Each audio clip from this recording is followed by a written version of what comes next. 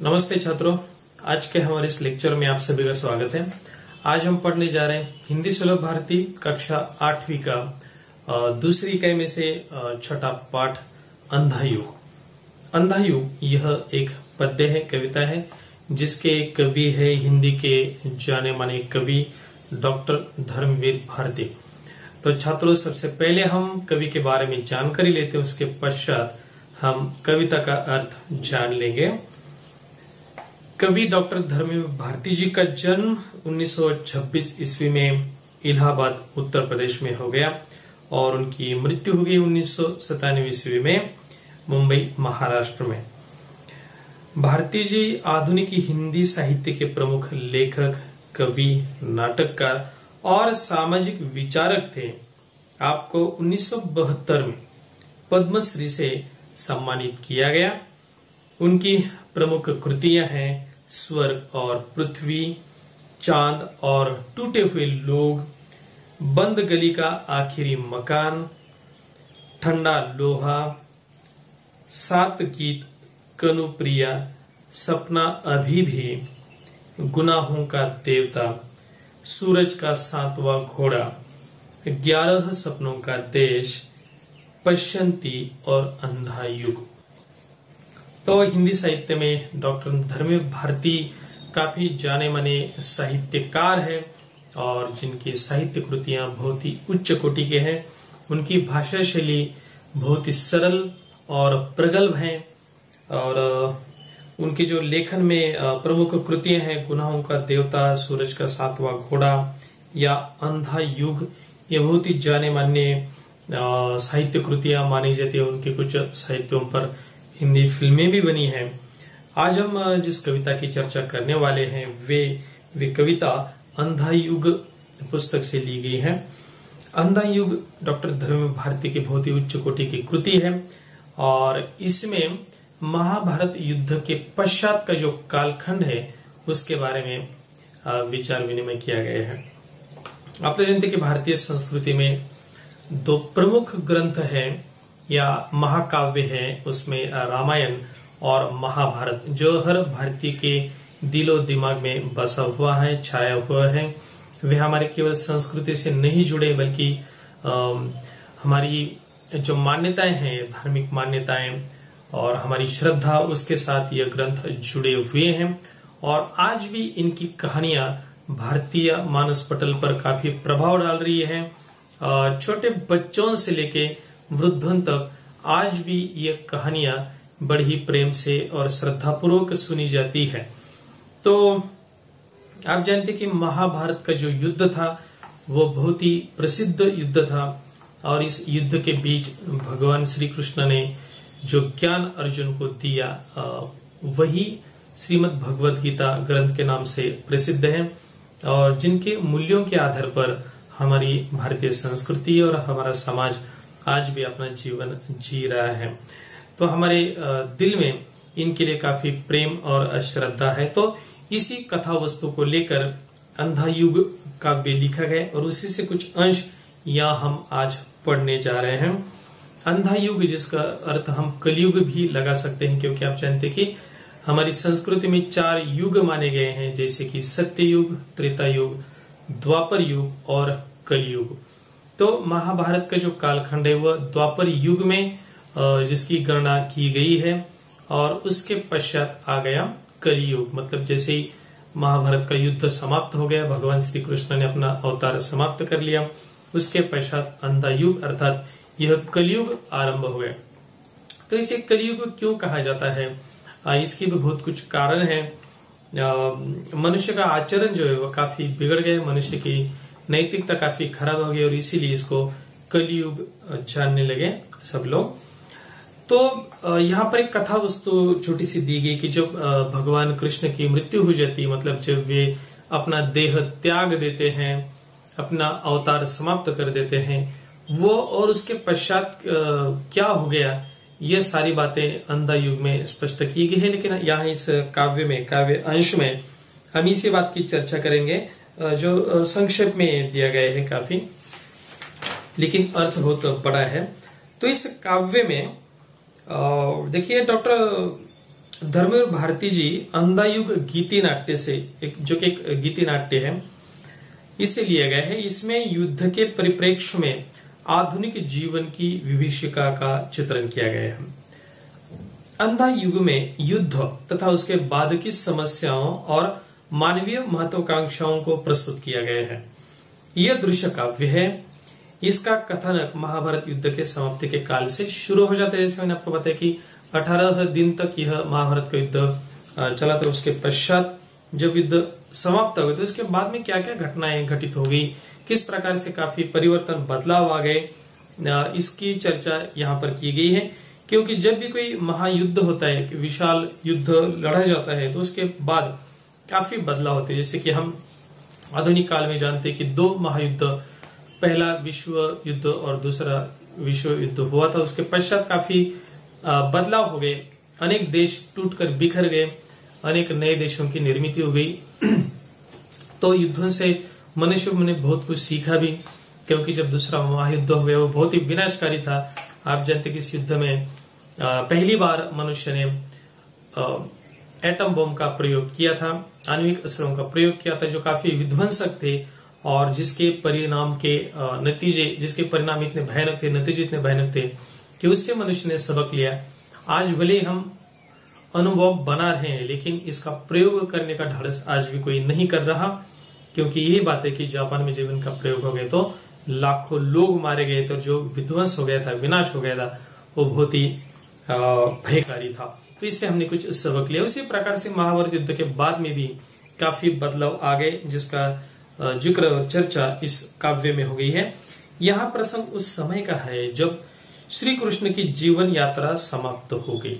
क्योंकि आप जानते कि श्री कृष्ण भगवान के अवतार थे, भगवान विष्णु के अवतार थे, और जब उनका अवतार कार्य समाप्त हो गया तो उन्होंने अपना देह त्याग दिया, और देह त्याग कर उन्होंने नया देह धारण किया, जो भी है। तो यह घटनाक्रम इसमें दिया गया है। यहाँ पर भगवान कृष्ण की जो मृत्यु है, वह मृत्यु कैसी होगी इसके बारे में कुछ कथाएं प्रचलित है कि भगवान कृष्ण महाभारत युद्ध के पश्चात प्रभास नदी के तट पर विश्राम कर रहे थे, एक पेड़ के नीचे, वट वृक्ष के नीचे, और जहां पर वे योग निद्रा में लीन थे। और उसी समय एक व्याध ने एक तीर चलाया। उस तीर की भी अपनी हकीकत है कि एक मछली के पेट में जो लोहे के अंश जमा हो गए थे, उससे एक धातु की चीज बन गई थी, नुकीली चीज, और जो एक मछुआरे को मिल गई। जब उसने उस मछली को पकड़ा, मारा, तो उसके पेट से वो धातु की वस्तु निकली। उससे एक बाण की निर्मित की गई थी, और वही बाण, जहर लगा तीर जो था, वह एक व्याध ने, जब वो शिकार के लिए वन में गया था, तो उसने सोचा, उसे ऐसा आभास हो गया कि शायद उस झाड़ियों में एक हिरन छुपा हुआ है, जो कि भगवान कृष्ण थे। और हिरन समझकर उसने धोखे में वह बाण चला, और वह बाण जहर लगा हुआ था। क्योंकि पहले जब शिकार करते थे, क्योंकि मनुष्य को शिकार करना और कोई पर्याय नहीं था, मनुष्य के वो व्यवसाय हुआ करते थे, और शिकार के लिए जो वन्य जीव थे तो तीर मारकर, बाण चलाकर वे उनकी शिकार करते थे। और इसके लिए वह शिकार जल्दी से हासिल हो जाए, इसके लिए तीरों पर जहर भी लगा होता था, ताकि जल्दी से वो शिकार मर जाए। और इसीलिए वो जो तीर था जहर वाला, वह तीर जब उसने चलाया व्याध ने, तो वह भगवान कृष्ण के तलवे में, एड़ी में जाकर वह बाण लगा था, और जिसके कारण, जिसके निमित्त मात्र से भगवान कृष्ण ने अपने देह को त्याग दिया। यह सारी कथा है, घटना है, और जिसके ऊपर डॉक्टर धर्मवीर भारती जी ने इसके ऊपर काफी विचार विनिमय करके एक वृद्ध के मुख से भगवान कृष्ण के जो संदेश है आने वाली पीढ़ी के लिए, युग के लिए, वो संदेश उन्होंने दिया है। वे कहते हैं कि भगवान कृष्ण ने अपना उत्तरदायित्व, संपूर्ण उत्तरदायित्व, अपनी जिम्मेदारी वह पृथ्वी के हर प्राणी को सौंप दी है।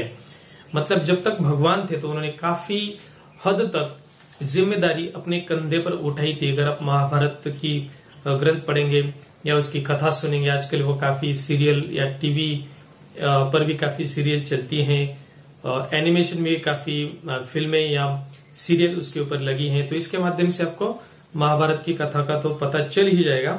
उसमें आप देखेंगे कि भगवान कृष्ण महाभारत की पूरी घटनाक्रम में हर बार उनका जिक्र आते ही है। लगभग ऐसा लगता है कि उसके पीछे इस युद्ध के सारे घटनाक्रम में भगवान कृष्ण काफी मात्रा में छाए हुए हैं।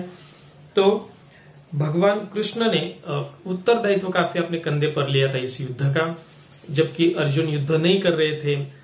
जब पहली दिन युद्ध के लिए जब युद्ध भूमि पर चले गए और दोनों सेनाएं जब एक दूसरे के सामने खड़ी हो गई थी, और तब जब अर्जुन ने देखा कि उनके सामने तो अपने ही सारे सगे हैं, उनके दादा है, उनके परदादा है, या उनके भाई और काफी सारे रिश्तेदार है, ये सब तो अपने ही है, तो इनके साथ युद्ध करके क्या करना है, युद्ध जीत कर क्या करना है। इस प्रकार से एक वैराग्य की भावना उनके मन में आ गई थी, और डर कर या इस प्रकार से वैराग्य आने के कारण उन्होंने धनुष्य भी छोड़ दी थी। और उस समय भगवान कृष्ण ने उनको इस युद्ध का या अपने जो कर्तव्य परायणता है उसका महत्व समझाया था, और कहा था कि कर्तव्य सबसे श्रेष्ठ होता है। तुम क्षत्रिय हो और तुम्हारा जो कर्तव्य है तुम्हारी प्रजा की रक्षा करना, ये तुम्हें करना ही पड़ेगा। तो इसके बारे में काफी ज्ञान भगवान कृष्ण ने अर्जुन को दिया था। मतलब बहुत सारा उत्तरदायित्व इस युद्ध का उन्होंने अपने कंधे पर लिया था, या विश्व का भी बहुत सारा उत्तरदायित्व लिया था, क्योंकि भगवान कृष्ण ने अपने जीवन काल में बचपन से लेके उनके अवतार समाप्ति तक कई सारे असुरों का या बुरे प्रवृत्ति वाले लोगों का विनाश किया, कई सारे लोगों को सच्चा रास्ता दिखाया। तो ये सारी जो घटना है उसमें डॉक्टर धर्मेंद्र भारती जी ये कहते कि जब भगवान कृष्ण ने अपने अवतार की समाप्ति की तो उन्होंने एक संदेश दिया, संपूर्ण उत्तरदायित्व मैं आप लोगों को सौंप कर जा रहा हूं, ऐसा भगवान कृष्ण ने कहा था। और सभी को अपने मर्यादा युक्त आचरण, सृजन, साहस, निर्भयता एवं ममतापूर्ण व्यवहार के बारे में उन्हें सचेत किया कि आपको इस प्रकार का व्यवहार करना होगा, क्योंकि मानव जीवन इन्हीं लोगों के हाथों में आज के बाद रहेगा। जो सारा उत्तरदायित्व में इन्हीं प्रकार के लोगों के हाथ में देकर जा रहा हूं, वो चाहे तो उसे नष्ट कर दे अथवा जीवन प्रदान कर दे, इस प्रकार की बात भगवान कृष्ण ने कही, जिसका जिक्र डॉक्टर धर्मेंद्र भारती जी ने अपने इस काव्यांश में किया है। तो ये सबसे पहले हम कविता को पढ़ते हैं और उसका कुछ उसके ऊपर हम चर्चा भी करेंगे। इस गीति नाट्य में कुछ पात्र है, यहाँ पर जो काव्यांश हम पढ़ने जा रहे हैं उसमें भी कुछ पात्र है। उसमें है युयुत्सु, अश्वत्थामा, एक वृद्ध व्यक्ति। तो तीनों के संवाद के माध्यम से ये कथा वस्तु हम समझेंगे। इसमें युयुत्सु कौन है उसके बारे में आपको बताना चाहूंगा कि महाभारत में दो पक्ष प्रमुख थे। एक था पांडवों का पक्ष जो सच्चाई का पक्ष था, उसमें 5 भाई युधिष्ठिर, अर्जुन, भीम, नकुल और सहदेव थे, जिनके साथ भगवान कृष्ण थे, और बहुत सारी सेना भी उनके साथ और भी मान्यवर योद्धा उनके साथ थे। दूसरा जो पक्ष था महाभारत में वो था कौरवों का। आपको तो पता है कि उस समय के महाराजा धृतराष्ट्र, उनके 100 पुत्र थे और 100 पुत्र बहुत ज्यादा उनकी संतानें थी, वे सारी की सारी एक और इसमें दुर्योधन जो था वह प्रमुख था, जो बुरी प्रवृत्तियों का प्रतीक था, और उनके साथ भी काफी बड़ी विशालकाय सेना, और भीष्म पितामह, गुरु द्रोणाचार्य, ऐसे कई सारे योद्धा, महान योद्धा उनके साथ थे। तो इस प्रकार से दो पक्ष थे, और युद्ध के आरंभ से पहले ही युधिष्ठिर जो बहुत ही सच्चे और ईमानदार राजा थे, बहुत ही प्रामाणिक थे और कभी झूठ भी नहीं बोलते थे, उन्होंने आह्वान किया था कि हम भाई आपस में क्यों लड़े, हमारा जो भी हक है वो आप हमें लौटा दीजिए, सौंप दीजिए। क्योंकि आपको पता है कि कौरवों ने पांडवों की सारी जो संपत्ति थी, सारा जो राज्य था, वह छल के कारण, धोखे के कारण जुए में जीत लिया था, उनको काफी प्रताड़ित, अपमानित किया था, वनवास पर जाने के लिए बाध्य किया था, उनको मारने की भी कई सारी कोशिशें की थी, नाकाम कोशिशें। और इसके पश्चात भी वे उनका हक देने के लिए तैयार नहीं थे, लौटाने के लिए तैयार नहीं थे, और इसलिए युद्ध छिड़ गया था। और तब दुर्योधन ने, अपना युधिष्ठिर ने यह आह्वान किया था कि आपस में युद्ध करने के बदले आप अगर सच्चाई का साथ देना चाहते हैं तो आप हमारे पक्ष में आ सकते हैं। तो पूरे कौरवों में से एक व्यक्ति ऐसा था कि जो अपने पक्ष को त्याग कर, कौरवों के पक्ष को त्याग कर पांडवों के पक्ष में आकर मिल गया था, वो था युसु। तो युसु कौन था? वो धृतराष्ट्र का ही पुत्र था, लेकिन दासी पुत्र था। यूं हम कह सकते हैं कि दुर्योधन का वह सौतेला भाई था। लेकिन सच्चाई या सत्य का साथ देने के कारण ही वह युसु यहाँ पर आ जाता है पांडवों के पक्ष में। तो यह है उनकी कहानी। अश्वत्थामा आप लोग जानते हैं कि गुरु द्रोण के वे पुत्र थे, वे भी बड़े तपस्वी और महान योद्धा थे। लेकिन जब महाभारत के युद्ध में गुरु द्रोणाचार्य वीर गति को प्राप्त हो जाते युद्ध में, वो कैसे हो जाते? क्योंकि वे तो बहुत महान गुरु थे, महान योद्धा थे। लेकिन जब कृष्ण ने एक युक्ति रची थी कि युधिष्ठिर को भीम को उन्होंने कहा कि आप ऐसी घोषणा कर दो कि युद्ध में अश्वत्थामा मारा गया। तो अश्वत्थामा कौन मारा गया? वो तो एक हाथी था। और युधिष्ठिर को भी उन्होंने कहा था कि आपको जब पूछा जाएगा तो आप भी बता देना। तो जब भीष्म ने बड़ी घोषणाएं की अश्वत्थामा मारा गया, अश्वत्थामा मारा गया, तो सारा युद्ध यहाँ पर रुक गया। गुरु द्रोण भी आ गए। उन्होंने कहा यह तो संभव ही नहीं, क्योंकि अश्वत्थामा तो बहुत वीर है, उसको तो अमर होने का वर मिला है, क्योंकि भगवान शिव ने उनको वर दिया था कि तुम कभी मर नहीं सकते, अमर रहोगे। तो जब युद्ध में ऐसी घोषणा फैल गई, समाचार फैल गया, तब पूरा युद्ध रुक गया। गुरु द्रोणाचार्य भी वहां पर आ गए। उन्होंने किसी पर विश्वास न करके युधिष्ठिर से पूछ लिया कि सच में अश्वत्थामा मारा गया है क्या? तो युधिष्ठिर को यहाँ झूठ बोलने की जरूरत नहीं थी, क्योंकि एक हाथी सचमुच मारा गया था अश्वत्थामा नाम का। तो उन्होंने कहा कि हाँ, अश्वत्थामा मारा गया। तो इससे विवश होकर या शोकमग्न होकर गुरु द्रोण वहां पर बैठ गए युद्ध भूमि में, और उसी समय उनका सिर काटकर युद्ध में उनको वीरगति प्राप्त हो गई। तो इस प्रकार से इस घटना से अश्वत्थामा काफी चिढ़ गया और उसने बदले की भावना से पांडवों के पुत्र जब रात को सो गए थे, क्योंकि महाभारत युद्ध काल जब था उस काल में सूर्योदय के साथ युद्ध शुरू हो जाता था और सूर्यास्त के पश्चात युद्ध समाप्त हो जाता था। लेकिन फिर भी अश्वत्थामा ने रात में, जब भी अपनी शिविर में ये सारे लोग सो रहे थे, सारे सैनिक और योद्धाएं, उस समय वह पांडवों के शिविर में चला गया और पांडवों के 5 पुत्रों का वध उसने किया था। सारे पुत्र उसने निद्रा में ही मार डाले थे और इसलिए अश्वत्थामा को कुछ शाप भी मिला था। ये सारी घटनाएं हैं। तो अश्वत्थामा अमर था, मर नहीं सकता था। इसी कारण से महाभारत युद्ध के पश्चात भी वो जीवित था। तो ऐसे वह संवाद है। और ये जो वृद्ध है वह एक व्याध है जो भगवान कृष्ण की देह समाप्ति, अवतार समाप्ति के समय वहां पर प्रस्तुत था और उसने भगवान का संदेश सुना था। इस प्रकार की घटनाक्रम है। तो युसु कहता है, होती होगी वधिकों की मुक्ति, होती होगी वधिकों की मुक्ति प्रभु के मरण से, किंतु रक्षा कैसे होगी अंधे युग में मानव भविष्य की प्रभु के इस कायर मरण के बाद। तो उसने प्रभु की इस मरण को कायर मरण कहा है, लेकिन उसको पता नहीं था कि भगवान ने ये निमित्त मात्र है मृत्यु। उन्होंने तो अपने देह को त्याग दिया, उनके अवतार की समाप्ति हो गई। जिस कारण से उन्होंने जन्म लिया था वो सारे कार्य उनके समाप्त हो गए, तो उन्होंने अपने अवतार को भी समाप्त किया। लेकिन युसु इस बात को समझ नहीं पाया, इसलिए उसने यह कहा कि ठीक है, जो वधिक है मृत्यु के बाद उनकी मुक्ति होती होगी, लेकिन प्रभु ने ये जो किया, उन्होंने जो मरण स्वीकार किया, इससे क्या होगा? ये जो आने वाला अंधा युग है, इसमें मानव भविष्य की रक्षा कौन करेगा और कैसे होगी? क्योंकि जब तक भगवान कृष्ण थे तो वो सभियों के तारनहार थे, रक्षक थे।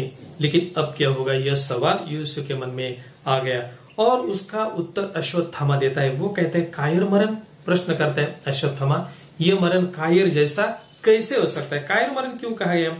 क्योंकि यहाँ पर डरपोक जैसी मृत्यु कहा गया इसको, क्योंकि भगवान कृष्ण केवल निद्रा में थे और धोखे से उनकी मृत्यु हो गई थी। इसका मतलब वो किसी युद्ध में वीरगति को प्राप्त तो नहीं हुए थे, इसीलिए इस प्रकार की मृत्यु के बारे में कायर मरण कहा गया है। अश्वत्थामा कहते हैं, मेरा था शत्रु वह। कौन? भगवान कृष्ण मेरे शत्रु थे। क्यों शत्रु थे?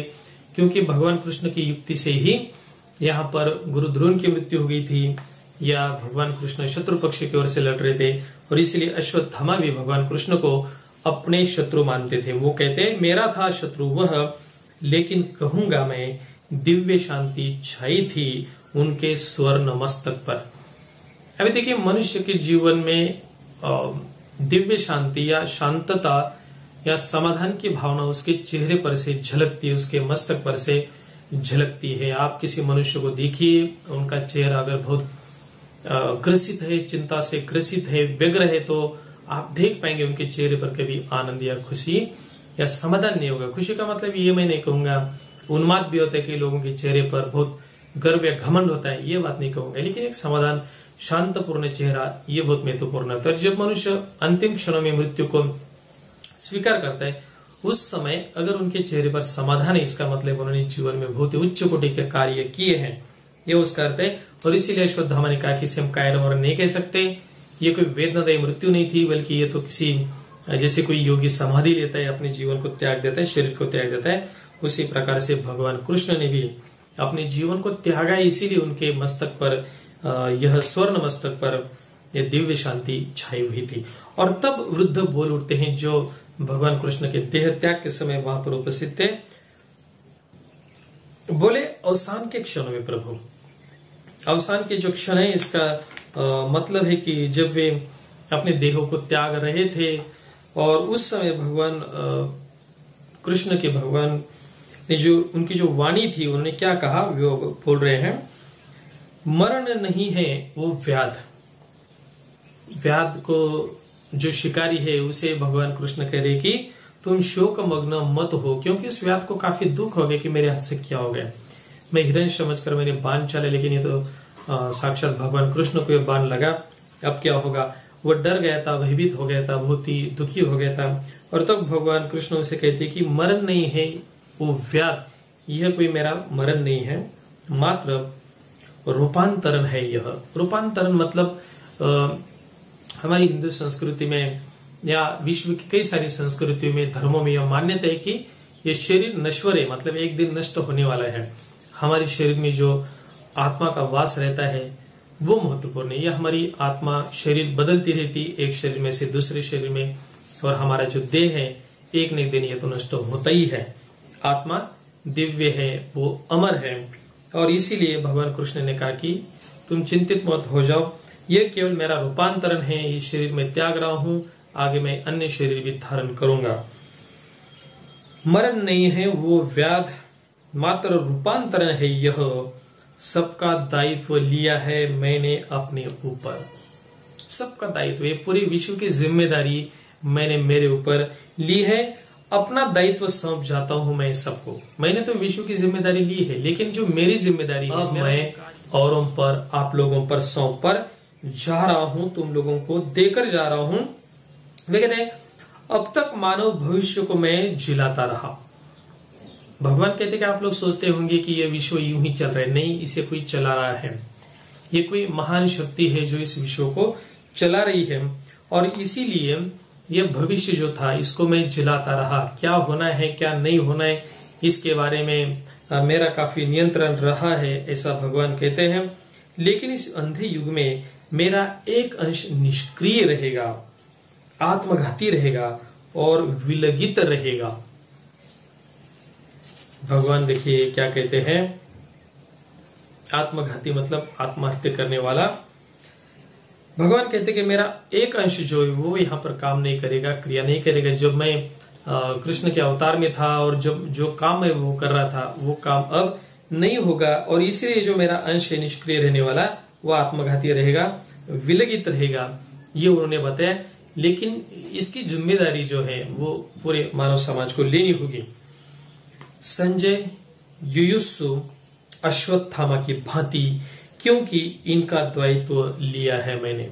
भगवान कृष्ण कहते कि मैंने कई सारे लोगों की जिम्मेदारियां, दायित्व अपने ऊपर लिया, जिन्होंने जिक्र किया संजय, युयुत्सु और अश्वत्थामा का। संजय कौन है? तो संजय भी दासी पुत्र ही है, और वे कौरव और पांडवों के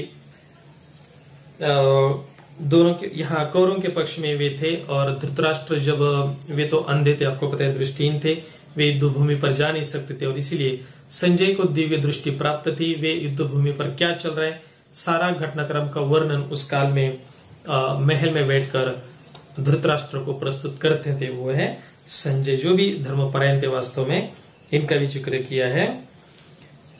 आगे वृद्ध कहते हैं, वे बोले लेकिन शेष मेरा दायित्व लेंगे बाकी सभी। वो कहते 3 लोगों का या ऐसे लोगों का तो दायित्व मैंने उत्तरदायित्व लिया है, लेकिन बाकी लोगों का मेरा जो दायित्व है वो सारे लोग लेंगे, पूरा विश्व ले लेगा।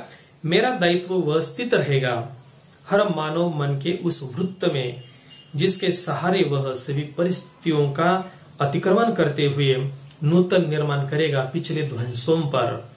भगवान कृष्ण कहते कि मेरा दायित्व हर मनुष्य के मन में रहेगा, छाया रहेगा। वो क्या है? वो है कि हर परिस्थितियों पर, हर परिस्थितियों के आक्रमण पर हम विजय हासिल करेंगे। और ये जो मानव मन में मेरा अंश रहेगा वो क्या करेगा? जो भी पिछला विध्वंस है उसके ऊपर नूतन निर्माण करेगा। और इसलिए जब विश्व का इतिहास आप देखते हैं, मानव इतिहास आप देखेंगे, संस्कृति के इतिहास देखेंगे, उसमें आप पाएंगे कि काफी विध्वंस के बाद भी हम नए सिरे से नया निर्माण शुरू कर देते हैं, नीड़ का निर्माण हम फिर कर देते हैं। जैसे कि पक्षी किसी चक्रवात के कारण उसका घर जब नष्ट हो जाता है तो वह फिर से प्रयत्न में लग जाता है, फिर से वह तिनका जमा करके फिर से अपना नया घोंसला बनाता है। वैसे कई सारे प्रलय आते हैं, भूकंप आते हैं, सुनामी जैसे प्रलय होते हैं, अन्य महामारियां होती है जैसे कि कोरोना महामारी है। ऐसे कई संकटों के बाद भी मनुष्य फिर से नया निर्माण कर लेता है। क्यों करता है? किस भावना के कारण करता है? ये सारी शक्ति उसके अंदर कहां से आती है? वो आती है भगवान के उस अंश के कारण जो हर मनुष्य के अंदर वास करती है। उसी के कारण हम नव निर्माण कर सकते हैं, ये भगवान ने कहा। लेकिन इसके लिए क्या करना पड़ेगा? वो कहते हैं भगवान, मर्यादा युक्त आचरण में, नित नूतन सृजन में। सृजन मतलब नया निर्माण, कुछ नया बनाना। वास्तव में आप देखिए कि हम विज्ञान के क्षेत्र में जो भी नई तरक्की कर रही है इसे हम नव निर्माण कह सकते हैं, जिसमें हमने मानव जीवन को सुखी समृद्ध बनाने के लिए बहुत कुछ किया है। नए नए आविष्कार किए हैं, नए नए औजार यंत्र और बहुत सारी सुखी सुविधाओं का आविष्कार हमने किया। ये सारी जो बातें जो मनुष्य को सुख प्रदान करती है, इस संसार को सुखी या अच्छा बनाती है, इसे हम नव निर्माण कह सकते हैं। लेकिन इसके लिए हमें क्या है कि मर्यादायुक्त आचरण रखना जरूरी, क्योंकि हर चीज के, हर खोज के 2 उपयोग होते हैं। एक विध्वंस वाला होता है, एक अच्छा होता है।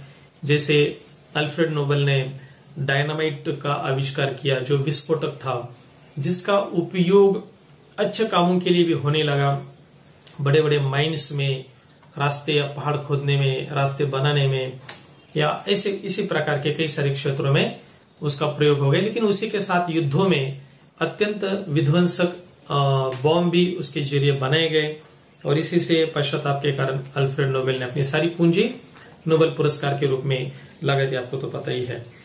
तो इसके लिए क्या है, हम नया आविष्कार तो करते हैं, लेकिन इसका उपयोग क्या करना है ये जानने के लिए हमारे अंदर मर्यादा युक्त आचरण होना बहुत ही आवश्यक है। नित्य नूतन सृजन में, निर्भयता के, साहस के, ममता के, रस के क्षण में। इन्होंने कहा कि मनुष्य के मन में ये सारी चीजें होनी चाहिए, निर्भयता होनी चाहिए, साहस होना चाहिए, ममता होनी चाहिए, और इसी के कारण तो हम नया निर्माण या नव सृजन कर सकते हैं, यह भगवान कृष्ण ने कहा। और अंत में वे कहते हैं, जीवित और सक्रिय हो उठूंगा मैं बार बार, भले ही मेरा शरीर यहाँ पर नष्ट हो रहा है, लेकिन जब भी इस प्रकार का नव निर्माण होगा, जब भी मनुष्य मर्यादायुक्त आचरण करेगा, जब भी वो निर्भय साहस के बलबूते पर आगे बढ़ेगा, और तब मैं यहाँ पर जीवित भी हो जाऊंगा और सक्रिय भी हो जाऊंगा, क्योंकि मेरा अंश हर किसी व्यक्ति में, संसार के हर जीव में है, सजीव में है।